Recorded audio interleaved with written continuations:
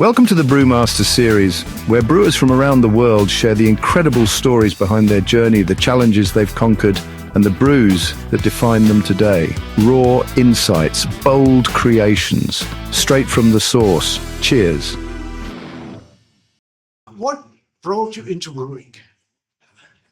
I came into brewing by accident. It was a friend who had visited Belgium who brought the multiple styles and breweries of Belgium into my mind, and it incited a dream. And the next day I was inquiring how beer was made. This was back in 2010. And basically sat at a desk, and I think I typed in beer making. I didn't even know about brewing, so beer making. And before I knew it, all these pages were downloading, and I was printing out information. And I fell into a world full of history and of science and of art and of culture. And I actually fell in love with the world of beer before I fell in love with beer itself. So you were drinking beer at the time, but you were not knowing what you were drinking. I was not a big beer drinker. I believe that initial approach with my friend while we were talking about beer, we were having gin tonics. But everybody else was drinking beer, and it led us to talk about beer. And he knew a little bit more about beer than I did, but he planted that seed. And like I said, I opened up a whole world that I fell in love with. And within 3 months of that initial evening, I think I was already living in Berlin, about to attend a VLB to get a certified brewmaster degree with the intention of learning how to make beer. But at that time, what were you doing? Probably at that time, you had a different profession, you had different business ideas. So what was the big step from what you were doing to what you're doing now? Okay, so that's in my personal life, I've had the great benefit of exploring who I am as a person and my dreams. And I'd say about every 10 years, I've been able to change what I do. You know, when something else becomes really interesting. And at that point, I had spent over 10 years raising my son, a child, in a cabin by a lake. This is a very remote lake in the Guatemalan highlands, surrounded by volcanoes and Maya villages. And it was the most idyllic life. But as he grew up, I realized that he also needed other opportunities in the world. And it was also time for me to get out of the cabin and go back into the world, because we had been living in like a very natural isolation for all these years. And when I learned about beer brewing and beer history and, just technology, everything associated with it, I realized this is the next project. But it's time for us to move to a bigger city and for him to explore greater academic opportunities and for me to explore a new profession, other than being Mr. Mom, which I had been for 10 years. The brewery you set up has the brand El Príncipe Gris, which means the Great Prince. How did you come up with that name? I don't have a really short answer for that, but I can tell you that El Príncipe Gris is inspired by the gray wolf. Now, the gray wolf is an animal which is very interesting because it's very tender and caring with its pups, but at the same time, it's like a violent and perhaps lonely hunter at times. There's two sides to this animal. And also gris or gray includes the white and the black, which suggests light and dark. And these two things inevitably suggest to me something about human potential. The potential that we all have for what is creative and positive and good, and the potential that we all have for what is, maybe a little dark. So in essence, bringing these two sides together through the idea of the Principe Gris, and being a Principe Gris, you try to aspire towards the nobility, towards the light, towards the protector side. It all becomes like a tribute, a natural tribute to the duality, to the never-ending duality of human beings. And trying to understand both sides of ourselves and of every person, and trying always to be, an aristocrat of the soul, a principe, a prince in choosing what is right, and choosing what is noble and what is elegant. Here in Guatemala, People had no idea of what good beer could be like until you started your first craft brewery here. What do you tell people why you should drink beer from a small brewery rather than from a big brewery? Well, we are the first craft brewery in Guatemala. It was a very arduous process just to get through the laws and the accounting associated with it because it had never been done and the laws were not helpful. But eventually we got going. And I think people have really understood what we were trying to do. We're trying to bring like a millenary culture into Guatemala in which primarily beer was sold as a vehicle for alcohol, something that's, at 0 degrees, like too cold and, and very inexpensive. And it has to do more of like a lifestyle on a yacht and bikinis. And we're saying, guys, originally beer, began over there and it's developed over thousands of years and it's become something very different. And there's at least 100 styles and it's worth exploring. Apart from the fact that when you get into beer and learning about beer, you learn so much about history and about culture and about science and about art. So if you come here, I offer you, very traditionally well-brewed styles in an environment that sort of suggests the history of it all. We don't have a marketing but a company trying to push a formula. This is what we do. We believe in this. We believe in the elegance of the evolution of beer and of our brand and of people. So, as you studied brewing in Germany, how important was it for you to learn about the German history of beer and Reinheitsgebot and all these traditional German influences in the brewing history?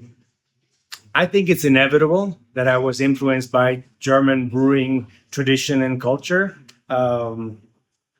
It also opened up, by being in Europe, opened up my mind to other great traditions, as Belgian or UK traditions. But I would say, having studied at the VLB and learning to brew primarily traditional lagers, something about a very pure, a very intended, a very clean beer made sense. And we've tried to stick with that. We don't experiment a lot. We are terribly afraid of contaminations. We are like a very mature sort of craft brewery. We like to maintain the essence of what we believe to be a very easy drinking, predictable, comfortable beer. So we don't experiment a lot with fruit or different adjuncts. But just being very controlled and with character in our beer, that's important to us. So inevitably, I was influenced by that. We've never had a contamination in 15 years or whatever. Talking about contamination and to avoid that, many home brewers start out with one good beer and then they find out, there's something in the taste that is not correct. What would you recommend a home brewer to do to get a good beer? Well, I always, when I have these tastings with people that want to learn more about beer, I talk about the 3 pillars that we propose for a good beer experience.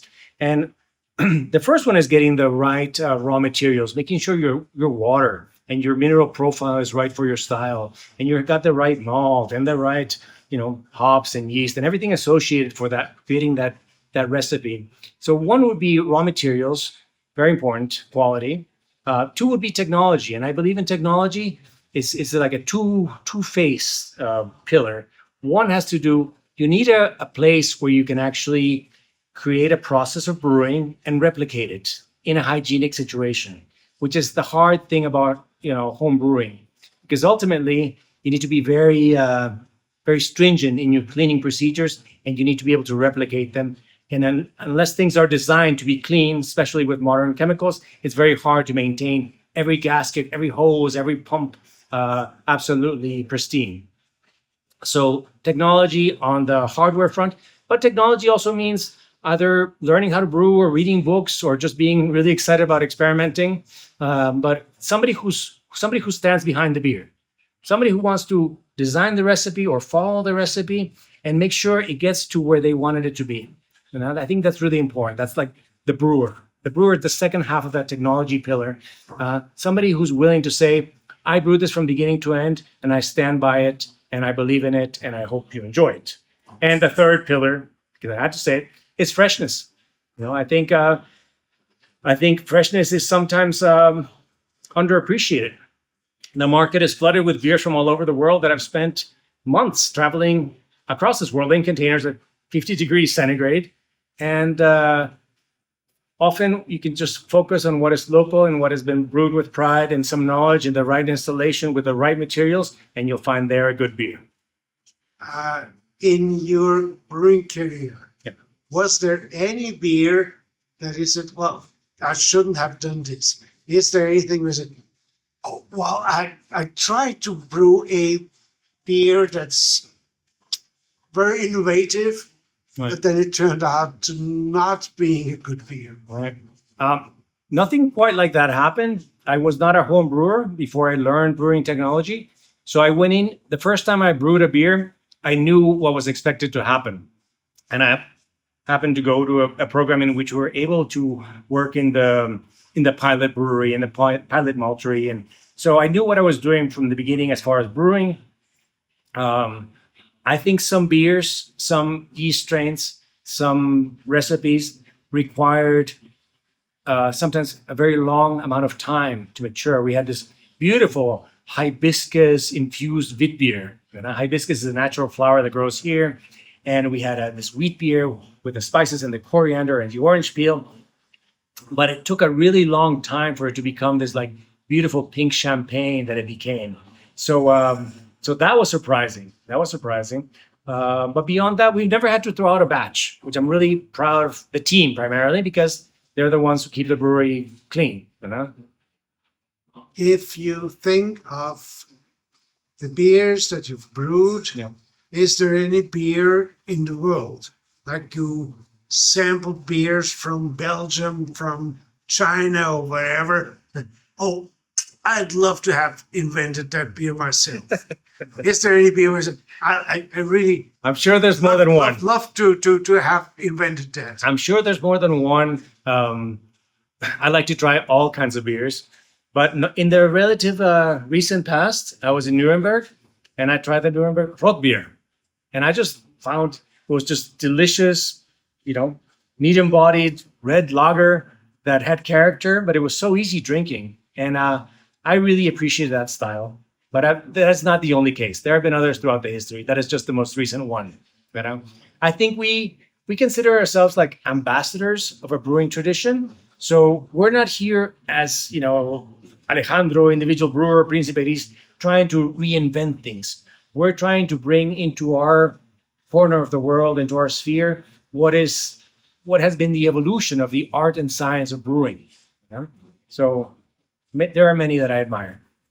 And one last question is, if you think of your newest product, Yeah. what is it, and what's your newest baby, and why do you love it? Okay. Well, we're very happy with our IPL. It's perhaps a less traditional one. I know that in the beer style, it's the relatively recent style. And I like the clean profile of a lager fermentation, but fermented with a higher amount of hops, mostly Edelhopfen, noble hops, and just like a strong beer with character that is also easy drinking. That's refreshing for me. It brings in two worlds. If you think of beer, and the beer that you're just talking about, if that beer was music, which music would it be? Would it be classic Beethoven, or would it be Beatles? Would it be punk? Wow. It's a really good question. I might need a sip of beer for that. I think there's something, given our philosophy, our understanding of the world and life and our place in it, there's something inevitably sort of melancholic about our brand and our process. So I would say classical, definitely classical. And if I was going to jump out there to a specific, maybe Mahler, Gustav Mahler. Something just, you can drink it alone and really contemplate your existence. but with the gravity that means. Yeah. Wonderful. Thank you. Thank you, sir.